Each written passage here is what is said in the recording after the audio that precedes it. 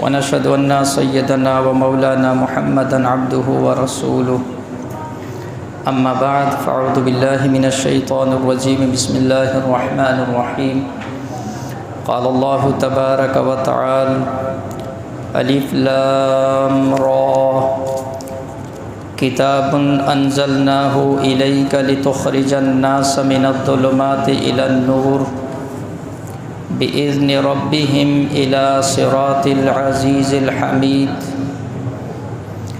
وقال النبي صلى الله عليه وآله وسلم خيركم من تعلم القرآن وعلمه أو كما قال عليه الصلاة والسلام إن الله وملائكته يصلون على النبي يا أيها الذين آمنوا صلوا عليه وسلموا تسليما اللهم صل على محمد في أول كلامنا اللهم صل على محمد في أوسط كلامنا اللهم صل على محمد في آخر كلامنا۔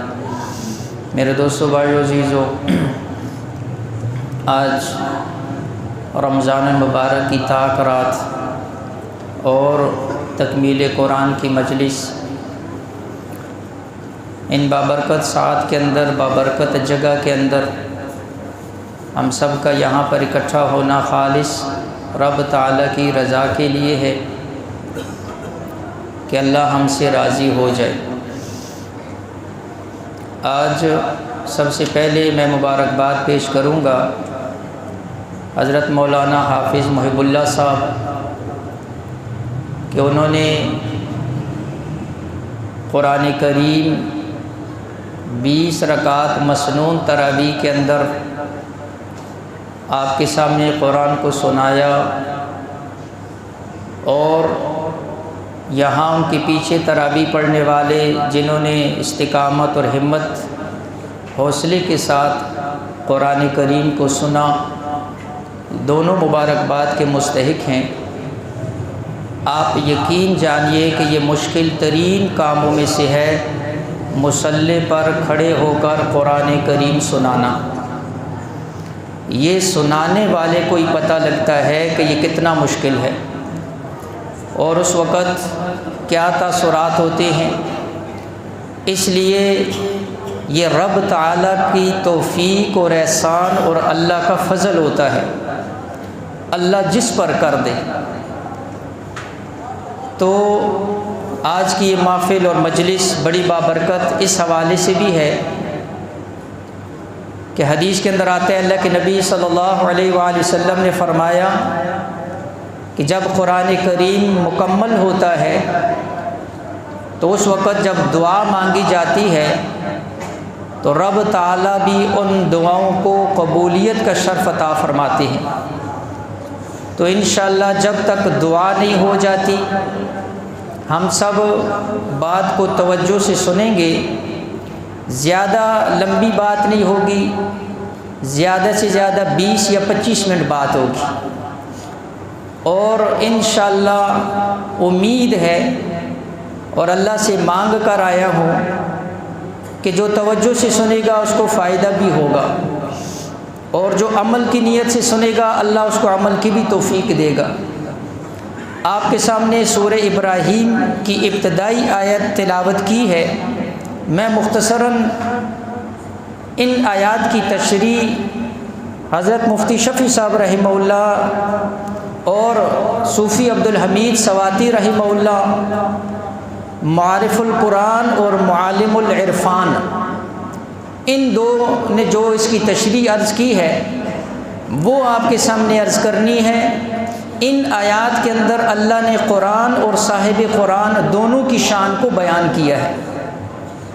ابتدائی آیت الف لام را، آپ اکثر دیکھتے ہیں قرآن کی صورتوں کے شروع میں یہ حروف آتے ہیں، ان کو حروف مقطعات کہتے ہیں، اور ان حروف کے بارے میں مفسرین نے ایک ہی بات کی ہے، اللہ اعلم بمرادہ۔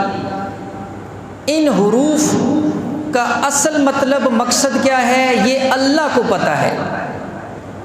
امام اعظم ابو حنیفہ رحمہ اللہ کے استاد امام شعبی رحمہ اللہ جنہوں نے 500 صحابہ کرام رضوان اللہ علیہم اجمعین کی ملاقات کا شرف ان کو ملا ہے، ان سے کسی نے پوچھا کہ حروف مقطعات کیا ہیں؟ تو امام شافعی رحمہ اللہ نے فرمایا یہ اللہ کے راز ہیں اور ان کو راز رہنے دو، ان کے پیچھے نہ پڑو ورنہ گمراہ ہو جاؤ گے۔ لہٰذا یہ حروف مقطعات ہمارا ان کے اوپر ایمان ہے، اللہ رب العزت کی سے جو مراد ہے ہم اس کے اوپر ایمان لے کر آئے ہیں۔ آگے اللہ پاک فرماتے ہیں کتاب انزلناہ الیک لتخرج الناس من الظلمات الی النور۔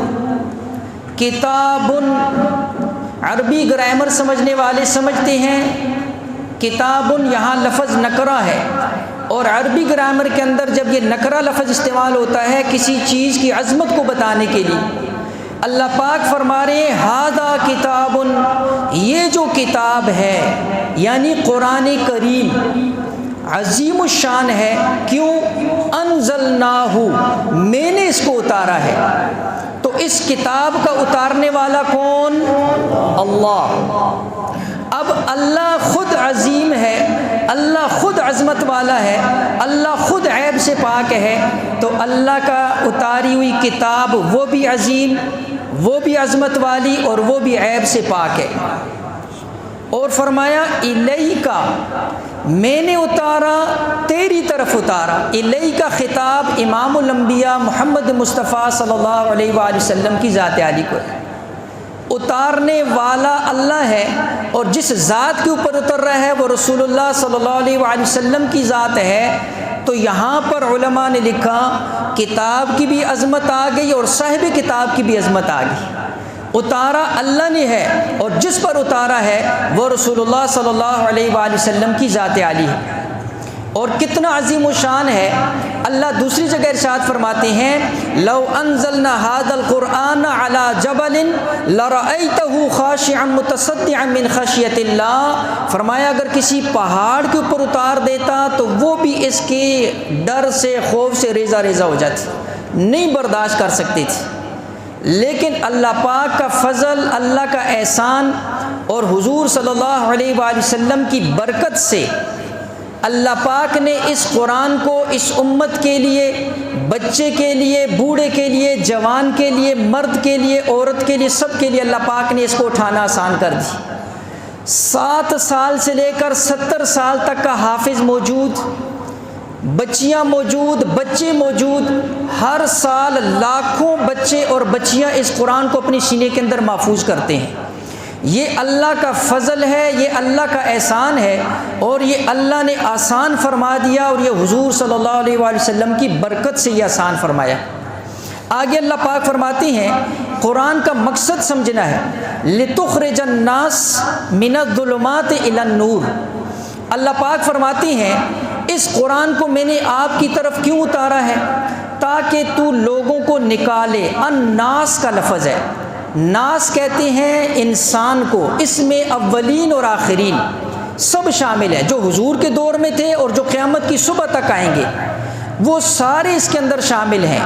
سارے انسان مراد ہیں، چاہے وہ مسلمان ہیں یا غیر مسلم ہیں، سب کے لیے اللہ کے نبی علیہ الصلوۃ والسلام اس پیغام کو لے کر آئے، اور اللہ قرآن کے اتارنے کے مقصد کو ذکر فرما رہے ہیں۔ قرآن کیوں اتارا؟ لتخرج الناس، تو نکالے ان کو، من الظلمات، اندھیروں سے، نور، نور کی طرف۔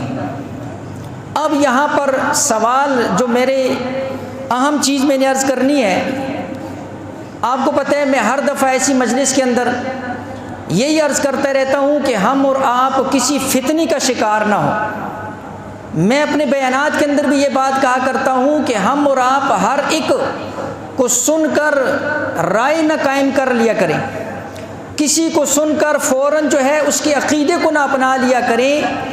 اصل چیز جو ہے علماء حق نے جو تشریح بیان کی، اس لیے میں نے شروع میں آپ کو پہلے عرض کر دیا، میں نے مفتی شفیع صاحب مفتی اعظم پاکستان کا نام اس لیے لیا کتاب کہ آپ کو پتہ چلے یہ تشریح میں اپنی طرف سے نہیں کر رہا ہوں، یہ ان کی تشریح میں عرض کر رہا ہوں۔ جن پر علماء کا اتفاق تھا وہ فرماتے ہیں کہ یہاں پر اللہ رب العزت فرما رہے ہیں قرآن اتارا اللہ نے ہے، اور پھر آگے اس قرآن پہنچانے کی ذمہ داری حضور کو عطا فرمائیے۔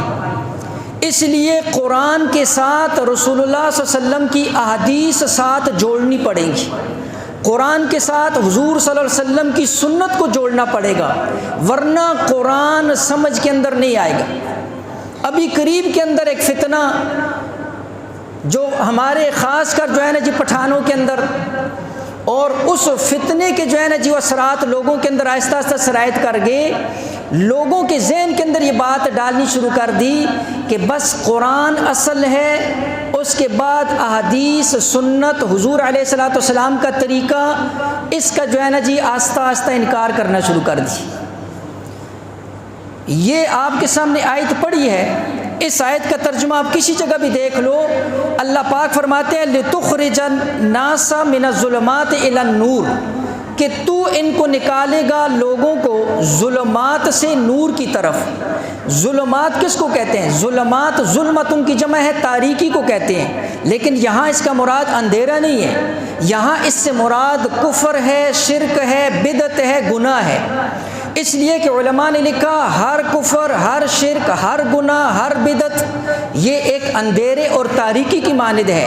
جب بھی کوئی بندہ گناہ کرتا ہے تو اس کی روح کے اوپر اور اس کے دل کے اوپر کالا دھبا پڑ جاتا ہے۔ اس لیے اللہ کے نبی علیہ الصلوۃ والسلام نے فرمایا کہ جب کوئی بندہ گناہ کرتا ہے، توبہ نہیں کرتا ہے، اس کے دل کے اوپر کالا نقطہ پڑ جاتا ہے، پھر گناہ کرتا ہے، توبہ نہیں کرتا ہے، دوسرا نقطہ پڑ جاتا ہے، پھر گناہ کرتا ہے، توبہ نہیں کرتا ہے، تیسرا نقطہ پڑ جاتا ہے، یہاں تک کہ ایک وقت آتا ہے کہ اس کا دل کالا سیاہ ہو جاتا ہے، اس کے اوپر پھر نہ قرآن کی آیت اثر کرتی ہے، نہ نبی کا فرمان اثر کرتا ہے، دل سیاہ ہو جاتا ہے۔ اس لیے میرے بھائیو، ہم اپنے دلوں کو سیاہ ہونے سے پہلے اللہ کے نبی علیہ الصلوۃ والسلام نے فرمایا جب بھی تم سے کوئی گناہ ہو جائے اس کے بعد فوراً کوئی نیک کام کر لیا کرو۔ ایک صحابی نے عرض کیا اللہ کے نبی میں لا الہ الا اللہ پڑھ لیا کروں؟ حضور علیہ الصلوۃ والسلام نے فرمایا یہ تو سب سے بڑی نیکی ہے، یہ تو سب سے بڑی نیکی ہے۔ انسان گناہوں کا پتلا ہے، خطائیں گناہ انسان سے ہوتے رہتے ہیں، لیکن میرے بھائیوں گناہ ہوتے ہی اس کے بعد اس کے اوپر ندامت اور استغفار اور کوئی نیک کام کر لیا کرو تو جو گناہ کا اثر ہے وہ کیا ہو جائے گا؟ دھل جائے گا۔ اور دلوں کو صاف کرنے کے لیے اور اس دلوں کی پاکی کے لیے اللہ کے نبی علیہ الصلوۃ والسلام نے جو دوسرا وظیفہ ذکر فرمایا ان هذه القلوب يستع كما يستع الحديد اذا اصاب الماء، فرمایا یہ دل جو ہے نا اس کو زنگ لگ جاتا ہے، جس طرح لوہے کو پانی لگنے سے زنگ لگتا ہے، اللہ کے نبی علیہ السلام فرما رہے دل کو بھی ایسی زنگ لگ جاتا ہے۔ فرمایا قیل یا رسول اللہ وما جلاؤها، ہم اس زنگ کو کیسے صاف کر سکتے ہیں؟ لوہے کا زنگ اتارنے کا طریقہ آپ کو دنیا والے بتائیں گے، دلوں کے زنگ اتارنے کا طریقہ آپ کو اللہ کا نبی بتائے گا۔ صحابہ نے پوچھا دلوں کا زنگ کیسے اتاریں؟ اللہ کے نبی علیہ الصلوۃ والسلام نے فرمایا کثرت ذکر الموت و تلاوت القرآن، موت کو زیادہ یاد کرو اور قرآن کریم کی تلاوت کے اندر کثرت کرو، تمہارے دلوں کا زنگ خود بخود اترتا چلا جائے گا۔ میں نے عرض کیا اللہ فرماتے ہیں اے نبی تیرا وظیفہ ہے لوگوں کو اندھیروں سے نکال کر نور کی طرف لے کر آنا ہے۔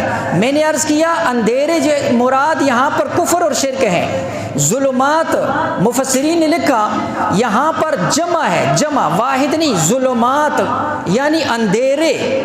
علماء نے اس کی وجہ لکھی کہ ظلمات جمع اس لیے اللہ پاک لے کر آئے کہ کفر شرک بدعت رسومات کی کئی زیادہ قسمیں ہیں، کفر کی اقسام بہت زیادہ ہیں، بدعت کی اقسام بہت زیادہ ہیں، اس لیے اللہ پاک فرما رہے ہیں ان ساری قسموں سے نکالنا ہے۔ الن نور، نور اللہ نے واحد ذکر کیا ایک، اس لیے کہ صراط مستقیم ایک ہے، نور ایک ہی ہے، سنت ایک ہی ہے۔ اور میں نے ایک جمعے کے اندر آپ کے سامنے یہ عرض کیا تھا کہ علماء نے لکھا سنت اور بدعت کی سادہ سی مثال اگر سمجھنی ہے، فرمایا گندم کے دانے کو دیکھ لو، گندم کے دانے کی مثال سنت کی ہے، بدعت کی مثال جڑی بوٹی کی ہے۔ ہر علاقے کی جڑی بوٹی الگ الگ ہوتی ہے، لیکن پوری ہر جگہ کے اندر گندم کا دانہ ایک ہی ہوگا، جو سنت ہوگی وہ ایک ہی ہوگی، اور بدعات ہر علاقے کی اپنی اپنی ہوتی ہے۔ رسومات اپنے اپنے ہوتے ہیں۔ اس لیے اللہ کے نبی اللہ جل شانہ فرما رہے ہیں تم نے اس قرآن کے ذریعے لوگوں کو کفر اور شرک سے نکال کر سنت کی روشنی کے اندر لے کر آنا ہے۔ لیکن اگلی بات بھی عقیدے کی سن لو کہ کوئی یہ نہ سمجھ لے کہ حضور اب مختار کل ہو گئے ہیں، اب حضور کو مکمل اختیار ہو گیا ہے، اب حضور جس کو چاہے ہدایت دے جس کو چاہے نہ دے۔ نہیں، آگے اللہ نے فرما دیا بِإِذْنِ رَبِّهِمْ، یہ اللہ کے حکم سے ہوگا۔ اِنَّكَ لَا تَهْدِي مَنْ أَحْبَبْتَ، اے نبی جس سے تو محبت کرتا ہے اس کو ہدایت مل جائے، ایسا نہیں ہے، جس کو اللہ چاہے گا اس کو ہدایت ملے گی۔ لہٰذا حضور علیہ الصلاۃ والسلام اپنے چچا ابو طالب کے لیے کتنا فکر مند تھے، لیکن دنیا سے بغیر کلمے کے چلے گئے۔ اس لیے پتہ یہ چلا کہ ہدایت کا ملنا اللہ کے حکم سے ہے، اور جب اللہ چاہتے ہیں تو پھر ہدایت مل جاتی ہے۔ میں نے آپ کے سامنے عرض کیا الی صراط العزیز الحمید، فرمایا کس راستے کی طرف؟ اس راستے کی طرف جو عزیز کا راستہ ہے، جو حمید کا راستہ ہے۔ تو میں نے آپ کے سامنے یہ آیت اس لیے عرض کی کہ یہ جو قرآن اللہ رب العزت نے اتارا ہے، یہ قرآن اندھیروں سے، کفر سے، بدعات سے، شرک سے آپ کو نکالے گا۔ لیکن کب نکالے گا؟ جب آپ قرآن کے ساتھ اپنا تعلق بنائیں گے۔ اس لیے ایک بات ذہن کے اندر رکھ لی، علماء نے لکھی ہے، فرمایا اگر قرآن سمجھ پہ بھی نہیں ہے نا، یعنی قرآن کی تفسیر تم نہیں سمجھتے ہو، ترجمہ نہیں سمجھتے ہو، صرف تلاوت اپنی جاری رکھو، صرف تلاوت، تب بھی علماء نے لکھا کہ کوئی بندہ گمراہ نہیں ہوگا۔ اگر وہ تلاوت کو بھی جاری رکھے گا تو تب بھی اس کا عقیدہ نہیں بگڑے گا۔ اس لیے فرمایا قرآن کی تلاوت کو جو ہے اپنے ساتھ جو ہے باندھ کر، اس لیے میں نے عرض کیا یہ جو مجلس ہے اب اختتامی طرف جاتے ہیں، چند باتیں قرآن کے حوالے سے اور فضائل قرآن کے حوالے سے۔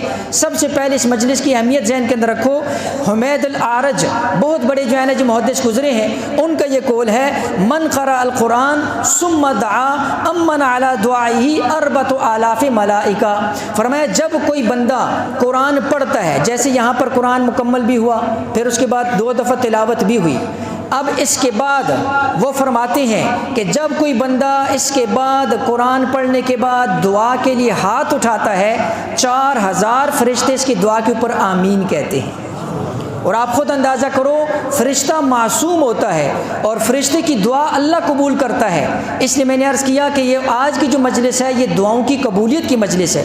دوسری حدیث کے اندر آتا ہے من ختم القرآن فلہ دعوت مستجابہ، جب بھی قرآن کریم مکمل ہوتا ہے اور اس کے بعد کوئی بندہ دعا کے لیے ہاتھ اٹھاتا ہے، فرمایا اللہ پاک اس دعا کو قبول فرماتے ہیں۔ تو اس لیے آج اللہ رب العزت سے جو ہے نا جی مانگنا ہے، ایک تو طاق رات ہے، پھر ختم قرآن تکمیل قرآن کی مجلس ہے، اللہ پاک سے اللہ کی ذات کو مانگنا ہے، اللہ پاک سے اللہ کی رضا کو مانگنا ہے، اللہ پاک سے قرآن کی محبت کو مانگنا ہے، اللہ پاک سے قرآن کی تلاوت کو مانگنا ہے۔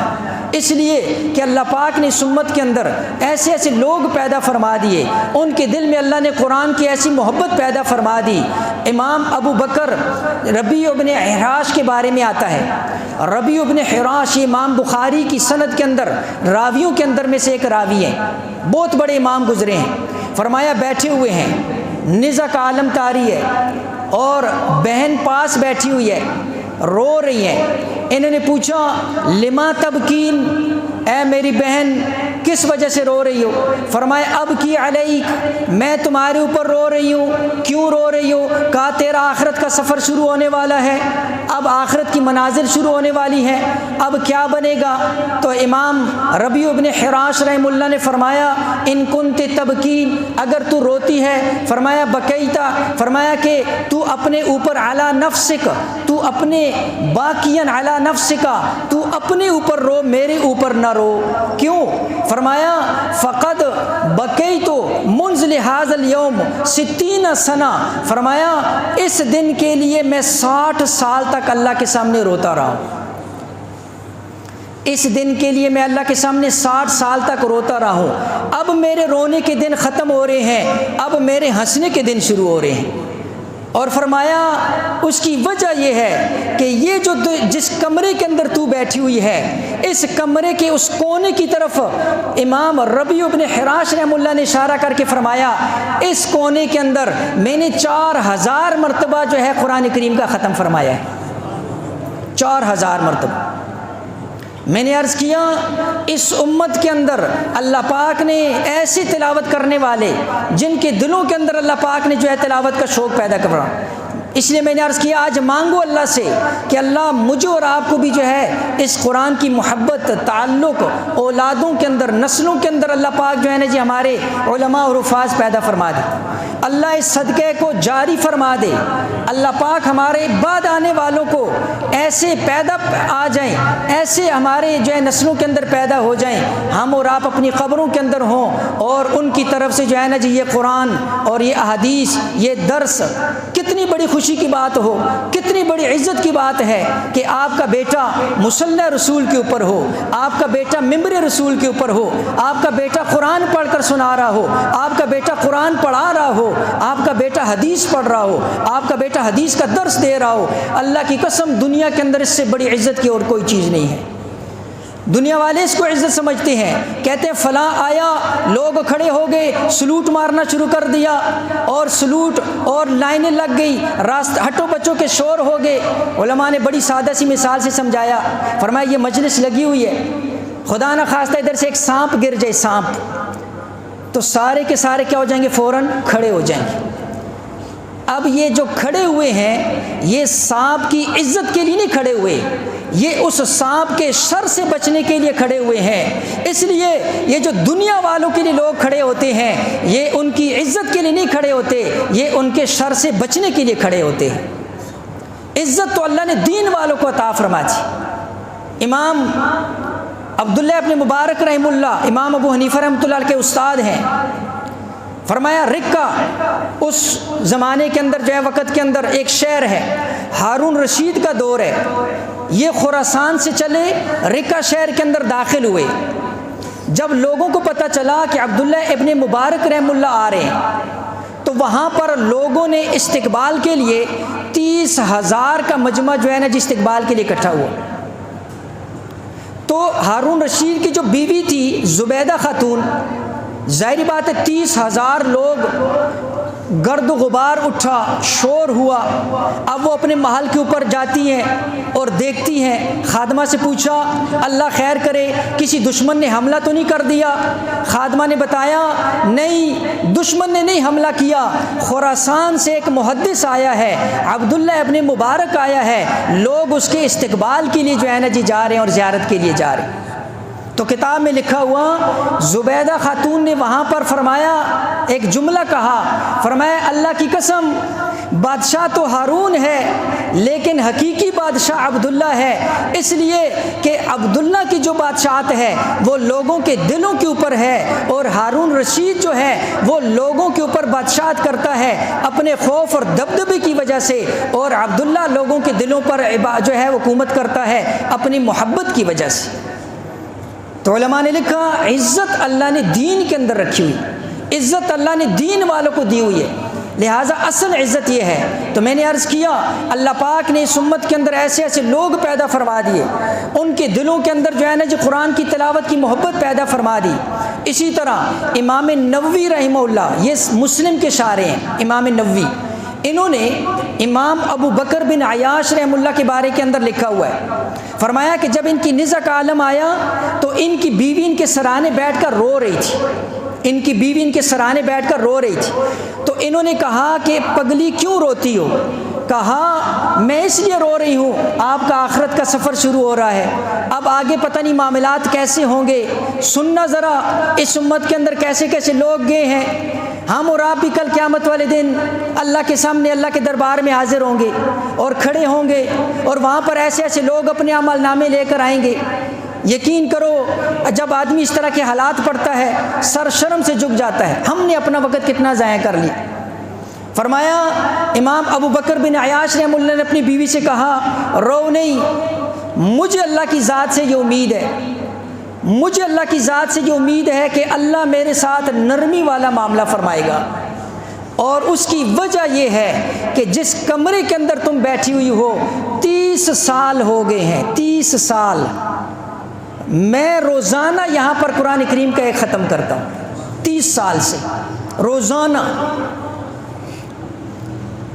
پھر اپنے بیٹوں کو بلایا، فرمایا میرے بیٹوں، اس کمرے کے اندر تمہارے باپ نے 30 سال سے روزانہ ایک قرآن کریم کا ختم کیا ہے، اس کمرے کے اندر اللہ کی نافرمانی والا کوئی کام نہیں کرنا ہے۔ تو میرے بھائیوں، یہ وہ لوگ تھے جن کے دلوں کے اندر اللہ پاک نے قرآن کی محبت پیدا فرما دی۔ پھر جب محبت آتی ہے اللہ پاک سینوں کو کھول دیتا ہے، اللہ پاک اس سینے کو قرآن کے لیے مختص کر دیتا ہے، اللہ پاک اس پاک صاف دل کے اندر پھر اپنا قرآن اتار دیتا ہے۔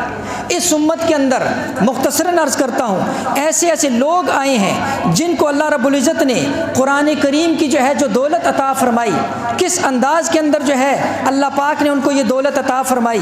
ایسی اس امت کے اندر آئے ہیں ہشام بن محمد صاحب کلبی رحمہ اللہ، ان کے بارے کے اندر آتا ہے یہ علم تاریخ کے امام تھے۔ ان کے چچا نے ان سے قرآن کی ایک آیت پوچھی، ان کو آیت نہیں آئی، حافظ نہیں تھے، علم تاریخ کے امام تھے اپنے وقت کے۔ تو چچا نے کہا تاریخ کا علم ہے، قرآن کا علم نہیں ہے۔ یہ بات دل کو لگی، گئے اور قسم اٹھا لی کہ جب تک قرآن حفظ نہیں ہو جاتا اس وقت تک گھر سے باہر نہیں نکلوں گا۔ تو کتاب کے اندر ان کے بارے کے اندر خطیب بغدادی نے اپنی کتاب کے اندر لکھا ہوا کہ یہ وہ ہستی ہیں اس امت کے اندر جنہوں نے 3 دن کے اندر پورا قرآن کریم حفظ کیا ہے۔ 3 دن کے اندر اللہ پاک نے پھر ایسے بھی اس امت کے اندر آئے جنہوں نے 7 دنوں کے اندر قرآن حفظ کر دیا۔ امام محمد حسن شیبانی، امام اعظم ابو حنیفہ رحمۃ اللہ علیہ کے شاگرد، امام صاحب کی مجلس میں گئے، فرمایا فقہ پڑھنا چاہتا ہوں، آپ کی شاگردی میں آنا چاہتا ہوں۔ امام صاحب نے پوچھا حفظ کیا ہے؟ کہا نہیں۔ کہا میری شاگردی کے لیے سب سے پہلی شرط کیا ہے؟ وہ قرآن کا حافظ ہونا ہے، اس لیے کہ امام صاحب نے فرمایا میری فقہ کا سب سے پہلا یعنی مسائل کا جو مخرج ہے وہ قرآن ہے۔ ہم سب سے پہلے مسئلہ کتاب اللہ سے دیکھتے ہیں، پھر سنت رسول اللہ سے دیکھتے ہیں، وہاں سے نہ ملے صحابہ کے اقوال سے دیکھتے ہیں، وہاں سے نہ ملے پھر اس کے بعد والوں سے، اور وہاں سے نہ ملے تو پھر اجتہاد کرتے ہیں۔ لیکن لوگوں نے کیا مشہور کر دیا؟ لوگ امام ابو حنیفہ رحمۃ اللہ علیہ کو بھی اپنے جیسا سمجھتے ہیں۔ بیچارے کو 2 اور 2 4 کا پتہ نہیں ہوگا، بیچارے کو حدیث کا میں دعوے سے کہتا ہوں اس کو حدیث کی تعریف بھی نہیں پتہ ہوگی کہ حدیث کس کو کہتے ہیں، حدیث کی اقسام کتنی ہیں، امام بخاری کون تھا، امام مسلم کون تھا، یہ کس کے مذہب کے اوپر تھے، یہ کس کے مسلک کو فالو کرتے تھے، اور یہ ان کا تذکرہ کن کتابوں کے اندر ملتا ہے، کچھ پتہ نہیں۔ بس 2 4 باتیں ادھر سے سنی ادھر سے سنی، کہتے امام ابو حنیفہ کو کوئی کہتے 6 حدیثیں یاد تھی، کوئی کہتے 7 حدیثیں یاد تھی۔ ایک کسی پر لطیفہ یاد آ گیا، پیر ذوالفقار نقشبندی مدظل العالی فرماتے ہیں میں سعودیہ کے اندر ایک ٹیکسی کے اندر سفر کر رہا تھا، تو وہاں پر ایک ٹیکسی ڈرائیور مجھے ملا، کہتے ہیں میں پہلے حنفی تھا، اب میں نے امام ابو حنیفہ کو چھوڑ دیا ہے۔ میں نے کہا کیوں چھوڑا؟ کہا کہ جی مجھے پتہ چلا کہ امام ابو حنیفہ کو تو ٹوٹل 5 یا 7 حدیثیں آتی تھی۔ تو پیر ذوالفقار نقشبندی صاحب فرماتے ہیں میں نے اس کو کہا میں تو پہلے سے امام صاحب کا مقلد ہوں، لیکن اب میرا عقیدہ اور بھی زیادہ مضبوط ہو گیا ہے۔ وہ بڑا حیران، کہتے ہیں وہ کیسے؟ کہا وہ ایسے کہ میرا تو پہلے یہ تھا کہ امام صاحب کو تو ہزاروں حدیثیں یاد ہیں، تبھی انہوں نے لاکھوں مسئلوں کا استنباط کیا ہے۔ اب تم کہہ رہے ہو کہ امام صاحب کو 7 حدیثیں آتی تھی، تو میں قربان جاؤں اس امام اعظم ابو حنیفہ رحمۃ اللہ علیہ کے علم پر کہ جس نے 7 حدیثوں میں سے لاکھوں مسئلے امت کو نکال کر بتا دی۔ فرمایا اب تو میں زیادہ معتقد ہو گیا۔ ایسے پاگل لوگ، ایسے سادہ لوگ، میں عرض یہ کر رہا ہوں کہ یہ ایسے لوگ یہ امام صاحب کے پاس آئے، فرمایا حافظ کا نہیں، چلے گئے۔ 1 ہفتے کے بعد 7 دن کے بعد امام محمد واپس آئے۔ امام صاحب نے فرمایا کیوں واپس آئے ہو؟ کہا کہ جی 7 دن پہلے گیا تھا، 7 دن بعد پورا قرآن حفظ کر کے آپ کی مجلس کے اندر آ گیا۔ ایسے بھی سمت کے اندر آئے، 27 دنوں کے اندر قرآن حفظ کیا۔ 27 دنوں قاسم العلوم جنہوں نے دیوبند کی بنیاد رکھی۔ لوگ کہتے دیوبند کیا ہے؟ دیوبند نے کیا کیا ہے، جو پوری دنیا کے اندر ایک ایک جنگل کو چھان مارو، ایک ایک علاقے کے اندر جاؤ، پوری دنیا، یورپ، افریقہ، آسٹریلیا، برازیل، جتنے بھی برائے اعظم ہیں، جاؤ وہاں پر تمہیں جو ہے وہاں پر دیوبند کا بیٹا بیٹھا ہوا نظر آئے گا، دیوبند کا باغ لگا ہوا نظر آئے گا، تبلیغی جماعت کی شکل کے اندر تمہیں پوری دنیا کے اندر جماعتیں گشت کرتی ہوئی نظر آئیں گی۔ یہ کہاں سے آئے ہیں؟ یہ اسی دارالعلوم دیوبند، وہ جو انار کا درخت، اس کے نیچے سے یہ سارا پودا اگا ہے، اور یہ سارے کا سارا جو ہے نا جی یہ ثمرہ پھیلا ہوا ہے۔ قاسم العلوم قاسم نانوتوی رحمۃ اللہ علیہ اپنے جو ہے نا جی اس سوانے کے اندر لکھتے ہیں، فرمایا حج کے سفر کے اندر جا رہا تھا، کشتی کا سفر ہے، شعبان میں سفر شروع ہو جاتا تھا، رمضان آ گیا، پہلی رات تراویح ہوئی، چھوٹی چھوٹی صورتیں تھیں، پورا کشتی جہاز بھرا ہوا ہے، ایک بھی حافظ نہیں ہے۔ میرے دل کے اندر بات آئی، فرمایا کہ اللہ کا قرآن یہاں پر رمضان ہے، حافظ کوئی نہیں ہے۔ میں نے نیت کر لی کہ میں دن کو قرآن یاد کروں گا اور شام کے اندر تراویح کے اندر کھڑے ہو کر اللہ کا قرآن سناؤں گا۔ تو انہوں کی سوانح قاسمی کے اندر لکھا ہوا ہے کہ روزانہ 1 پارہ سوا پارہ یاد کرتے، 27 رمضان کے اندر پورا قرآن جو ہے دن کو یاد کیا اور شام تراویح کے اندر مصلی پر کھڑے ہو کر سنا بھی دیا۔ تو پھر اللہ پاک جو ہے، تو میں نے عرض کیا اس امت کے اندر اللہ پاک نے ایسے قرآن کے ساتھ محبت والے پیدا کر دیے، تلاوت کی محبت۔ ایک دو بس مختصراً عرض کرتا ہوں، بس ختم کرتا ہوں بات۔ شیخ الحدیث مولانا ذکری رحمۃ اللہ علیہ، جن کی کتاب فضائل اعمال، اب کوئی اٹھتا ہے وہ بھی جو ہے نا جی فضائل اعمال کے اوپر، اب اس کو کیا پتہ حضرت شیخ الحدیث ذکری رحمۃ اللہ علیہ کون ہے، ان کو کیا پتا کہ انہوں نے بخاری کی اور جو ہے نا جی موطا کی کیسی کیسی شروعات لکھی ہیں۔ جو مدینہ کے اندر الحمدللہ میں گیا، مسجد نبوی کے اندر اوپر لائبریری بنی ہوئی ہے، مسجد نبوی بہت بڑی لائبریری ہے، اس لائبریری کے اندر تم داخل ہو، جب میں گیا تھا اس وقت دائیں طرف سب سے پہلی جو کتابوں کی لائن شروع ہوئی تھی، ان کے اندر امام جو ہے شیخ ذکری رحمۃ اللہ علیہ کی کتابیں جو ہے وہ احادیث کی جو ہے نا جی شروعات پڑی ہوئی تھی۔ اب کوئی جائل اٹھ کر کہتے ہیں جی فضائل اعمال کیا ہے، فضائل اعمال کے اوپر فلاں فلاں چیزیں ہیں جی، یہ ہے وہ ہے، جس کی زندگی ساری حدیث کے اندر گزری، جس نے اوڑھنا بچھونا سارا حدیث۔ آپ کو پتہ ہے امام حضرت شیخ الحدیث ذکری رحمۃ اللہ علیہ کے بارے کے اندر خود اپنی آپ بیتی میں لکھتے ہیں، فرمایا ایسا وقت آ گیا کہ میرے پاس کھانے کا جو ہے نا جی وقت نہیں بچتا تھا کھانے کا، تو میری جو بہن ہوتی تھی، میں حدیث کا مطالعہ کرتا تھا، میری بہن لقمے توڑ کر میرے منہ کے اندر ڈالتی رہتی تھی۔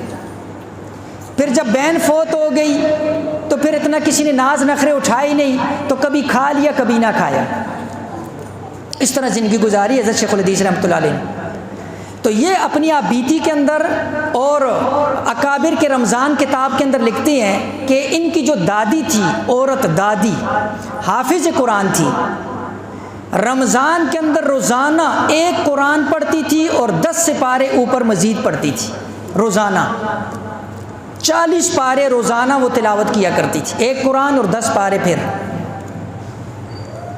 یہ ان کی دادی پتہ کون ہے؟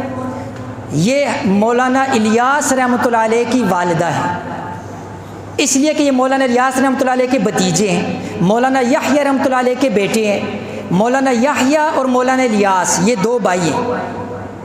تو جب ماں ایسی ہوگی جو روزانہ 1 قرآن پڑھے، اوپر سے 10 پارے پڑھے، قرآن کی حافظہ ہو، پھر اللہ پاک اس کو مولانا الیاس جیسا بیٹا نہیں دے گا تو پھر کس جیسا بیٹا دے گا؟ اس لیے ہم کہتے ہیں اپنی بچیوں کو تعلیم دو، اپنی بچیوں کو علم دو، اپنی بچیوں کو بتاؤ، سکھاؤ۔ صرف کھانا بنانے کے لیے نہیں آئی ہیں، صرف جھاڑو لگانے کے لیے نہیں آئی ہیں، صرف برتن مانجنے کے لیے نہیں آئی ہیں، صرف گھر کے بچے پالنے کے لیے نہیں ہیں۔ اللہ پاک نے اس امت کے اندر عورتوں سے وہ کام لیا ہے۔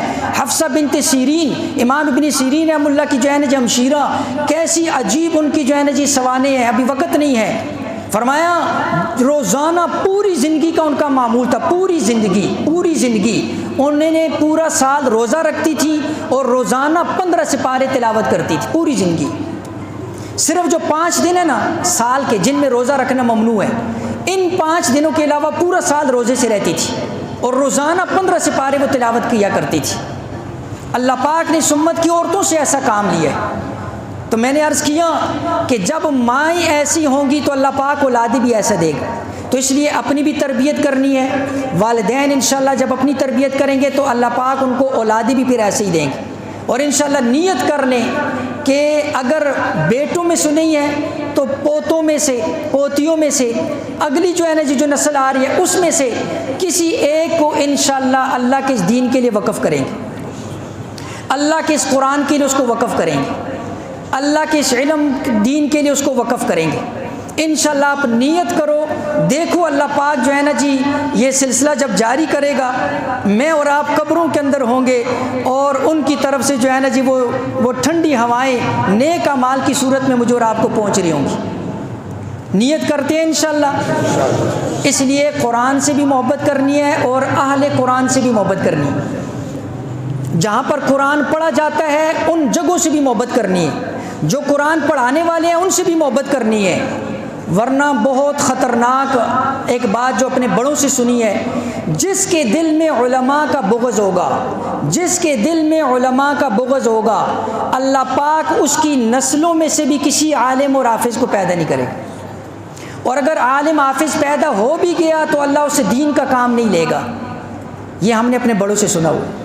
اگر دلوں کے اندر علماء کا بغض ہے تو اولادوں کے اندر آپ بالکل ذہن سے نکال دیں کہ آپ کی اولاد میں کوئی عالم حافظ آئے گا یا کوئی دین جو ہے نا جو پہنچانے والا آئے گا۔ اس لیے سب سے پہلے اپنے دلوں کو، اور دائیں بائیں جو ہے نا جی لوگ اس یقین کرو باتیں بہت زیادہ ہو جاتی، بات آخری جو کرنی ہے وہ یہ ہے کہ اپنے دلوں کو علماء سے، مدارس سے، اعلی مدارس سے بالکل جو ہے نا جی صاف کر دو، اپنے دلوں کو صاف کر دو۔ اللہ پاک نے علماء کو جو ہے نا جو ایک مقام عطا فرمایا ہوا، اللہ پاک نے اس کے سینے کو جو قبول کیا ہے، اللہ پاک نے اس کو جو اپنی دین کی محنت کے لیے قبول کیا ہوا ہے، تو کوئی وجہ ہوگی۔ اس لیے آپ بلا جو ہے نا جی لوگوں کی باتوں کے اندر آ کر، آج کل جو میڈیا کا دور ہے اور اس طرح کی دور ہے، لوگوں کے ذہنوں کے اندر باتیں ڈال دی ہیں، فلاں مدرسے میں ابھی کچھ ہوا نہیں ہوتا اور اس کو کتنا ہائی لائٹ کیا جاتا ہے، اور خدا نہ خواستہ اللہ معاف فرمائے ابھی دیکھو یونیورسٹیوں کے، کالجوں کے، اسکولوں کے کیسے کیسے جو ہے نا جی وہ چیزیں سامنے آ رہی ہیں۔ ہم تو ہر جگہ یہی دعا کرتے ہیں اللہ پاک ہر ایک کی عزت اور ناموس کی حفاظت فرمائے، اللہ پاک ہم سب کو ہر فتنے سے محفوظ رکھے۔ لیکن جو ہے نا جی بات یہ ہے کہ ہم اور آپ جو ہے نا جی اپنی سینوں کو پاک کریں، اور علماء، طلباء اور مدارس کے ساتھ، اور اسی طرح جو ہے نا جن کے ساتھ اپنی محبت کو قائم رکھیں، اور ان کے ساتھ جتنا تعاون ہو سکتا ہے، جس درجے کے اندر ہو سکتا ہے، کم از کم اچھی نظر سے، اچھی بات کر کے جو ہے نا جی تعاون کر سکتے ہیں، کوئی مالی تعاون کر سکتے ہیں، جانی تعاون کر سکتے ہیں، وقت دے سکتے ہیں، کسی بھی صورت کے اندر انشاءاللہ اس کی برکت سے اللہ پاک آپ کی نسلوں میں جو ہے نا جو علماء حفاظ پیدا فرمائے گا۔ جو کہا سنا اللہ جل شانہ سمجھ کر عمل کی توفیق دے۔ وآخر دعوانا الحمدللہ۔